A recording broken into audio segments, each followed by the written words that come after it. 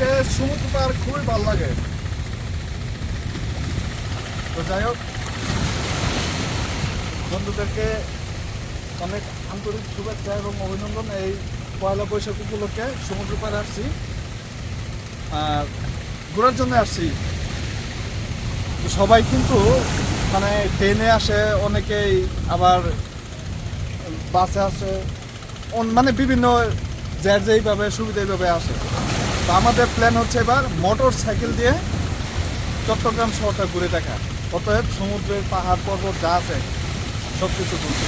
তো যাই হোক, আপনাদেরকে সাথে নিয়ে আমরা এবার যাব পার্বত্য এলাকায় রাঙামাটি।